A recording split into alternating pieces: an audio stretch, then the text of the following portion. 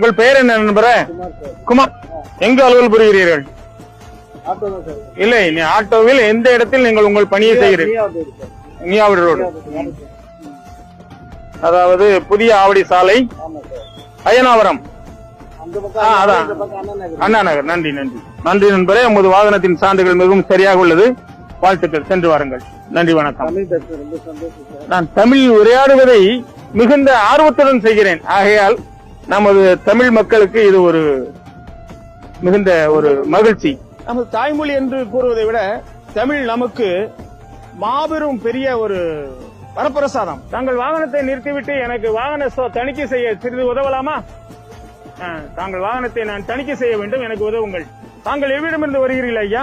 இல்லை, நான் தமிழில் தானே உரையாடுகிறேன். ஓ, பெங்களூரிலிருந்து வருகிறீர்கள். எங்கு செல்கிறீர்கள்? கர்நாடக மாநிலத்திலிருந்து வருகிறீர். உமது வாகன சான்றுகளை நான் சோதிக்க விரும்புகிறேன். நான் சுமார் 1 ஆண்டுகளுக்கு முன்பாக நான் இதனை முயற்சித்து வந்தேன்.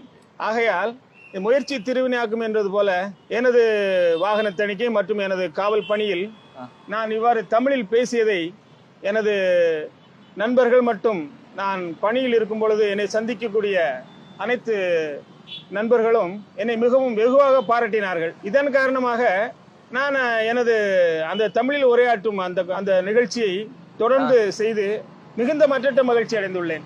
ஏனென்றால் நான் தமிழில் உரையாற்றுவதை மிகுந்த ஆவலுடன் எதிர்பார்க்கக்கூடிய நமது மக்கள், நீர் மிகவும் அருமையாக உரையாற்றுகிறீர், தமிழில் நன்றாக உரையாற்றுகிறீர், இதனை தொடர்ந்து செய்யுங்கள், உங்களுக்கு எனது மனமார்ந்த பாராட்டுகள் என்று என்னை வாழ்த்துவிட்டு செல்வார்கள். இதன் காரணமாகத்தான் நான் தமிழில் உரையாற்றுவதை மிகுந்த ஆர்வத்துடன் செயல்படுத்திக் கொண்டிருக்கிறேன். ஐயா, இது வந்து நீங்க எவ்வளவு வருஷமா தமிழ்ல பேசிட்டு இருக்கீங்க? இந்த மாதிரி சுமார் 1 ஆண்டு காலமாகத்தான் நான் தொடர்ந்து கொண்டு வருகிறேன். சித்திரமும் கைப்பழக்கம், செந்தமிழும் நாப்பழக்கம் என்று கூறுவார்களே. எதுக்காக இப்படி தூய தமிழ்ல பேச ஆரம்பிச்சீங்க? எனக்கு தெரிந்த நபர் ஒருவர் காவல் கட்டுப்பாட்டின் அழைப்புக்கு தமிழில் தான் உரைப்பார். நாமும் தமிழில் பேசலாமே என்ற ஒரு ஆதங்கத்தின் பேரில் தான் இதனை நான் முயற்சித்தேன். எனக்கு மிகுந்த வரவேற்பு கிடைக்கிறது.